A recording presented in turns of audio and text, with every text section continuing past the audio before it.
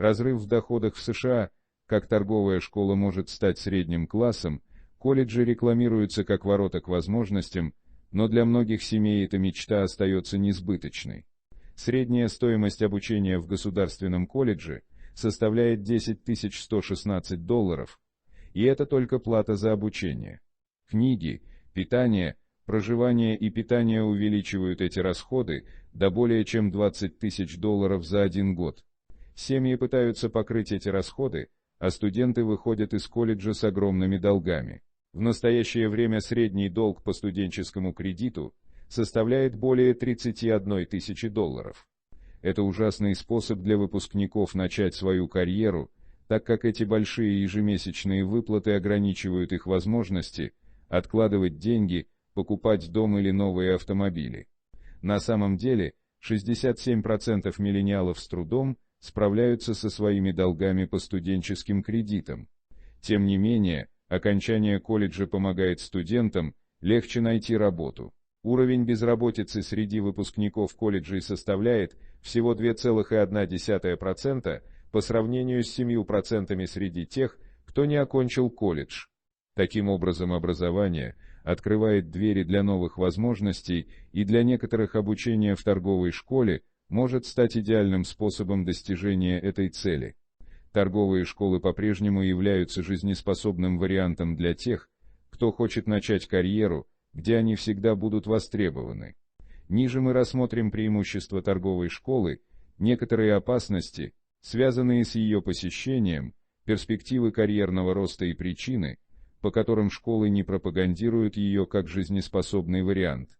Преимущество профессиональной школы торговая школа, также известная как профессионально-техническая школа, готовит учеников к карьерному росту, чтобы они стали сантехниками, плотниками, массажистами, электриками и так далее. Одно из главных преимуществ профессиональной школы заключается в том, что студенты завершают свое образование за 2 года, а не за 4. Более того, по данным The Simple Dollar, средняя стоимость обучения в торговой школе составляет $33 000. В зависимости от выбранного вами колледжа, вы можете легко превысить эту цифру в течение первых 2 или 3 лет обучения. Это делает профессиональное училище более выгодной финансовой сделкой, если только вы не собираетесь работать в специализированных областях, таких как медсестринское дело или образование. Перспективы карьерного роста, а не перспектива остаться без долгов, должны быть идеальным фактором, определяющим, какой курс вы выберете после окончания средней школы. И есть несколько лучших вариантов, чем профессиональные школы. Эти программы готовят вас к трудовой деятельности, и перспективы карьеры в этих областях остаются многообещающими. ZipRecruiter утверждает, что средняя почасовая ставка электрика составляет $21, а сантехник зарабатывает в среднем $57 000 в год. Более того, эти профессии пользуются постоянным спросом. Поскольку многие специалисты скоро достигнут пенсионного возраста, в этих отраслях не хватает молодых работников, чтобы заполнить пробелы, оставленные пенсионерами. Это идеальное время для того, чтобы вложить деньги в постоянно востребованную карьеру. Каковы риски? С этой работой связано множество рисков. Сантехникам приходится работать с газовыми приборами, а плотники используют электроинструменты для выполнения работы. Поскольку эти профессии связаны с повышенным риском, профессиональные училища подчеркивают важность безопасности труда посредством обучения.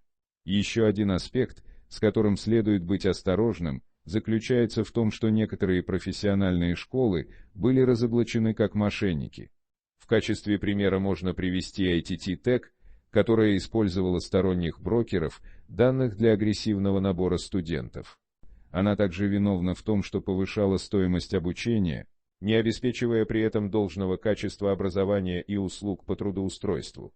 Поэтому при изучении профессиональных учебных заведений важно провести исследование. Узнайте, какие результаты обещают, и сравните их с отзывами, оставленными бывшими студентами.